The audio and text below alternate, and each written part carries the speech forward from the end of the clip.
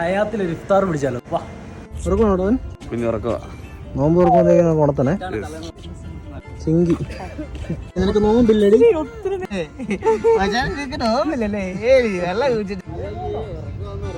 ഇതിപ്പോ എവിടുന്ന ഇപ്പൊ തുടങ്ങുക? അവന് വേറെ തന്നെ കണ്ടോ, ഹീലുള്ള ഷൂസ് ഒക്കെ എടുത്തിട്ട് അത് തന്നെ ഇഷ്ടപ്പെട്ട് സാധനം വളഞ്ഞത് തന്നെ.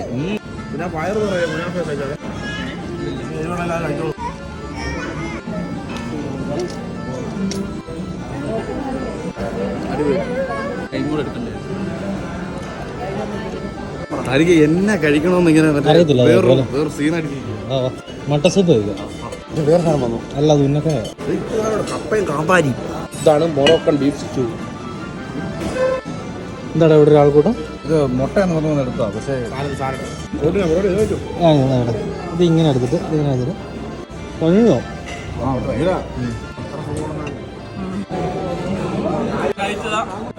ഇളക്കി എടുക്ക മോനെ.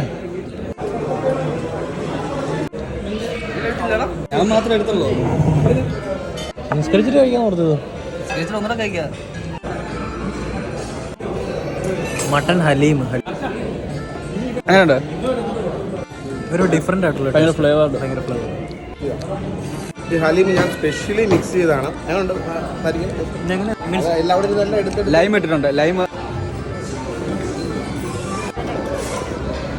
നല്ല പിടുത്തമുള്ള 2500 പ്ലസ് GST നമ്മൾ മുതലാക്കണം. മട്ടനായിരുന്നു ഫുള്ള് എക്സ്പെൻസീവ്. മട്ടനും പ്രോൺസും മാത്രമേ ഉള്ളൂ.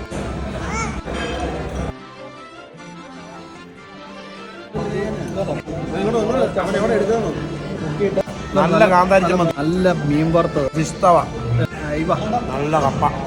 അല്ലെ എത്രാമത്തെ പടം? ഒന്നാമത്തെ ചോറും എന്തൊക്കെയാണ്?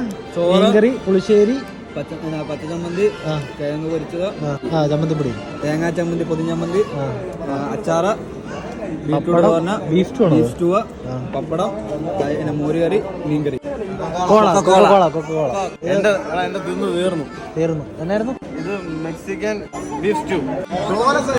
ആലിയൊക്കെ 5ാമത്തെ ട്രിപ്പാ. ഒരാൾ മാറിപ്പോരും കഴിക്കുന്നുണ്ട്. എനിക്കൊന്നും വേണ്ട.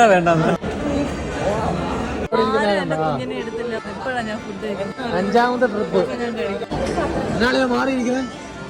അല്ല, പെട്ടെന്ന് ദഹിക്കാനുള്ള എടുത്തോണ്ടിരിക്കുക.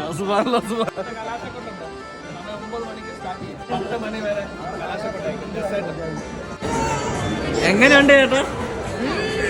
Token number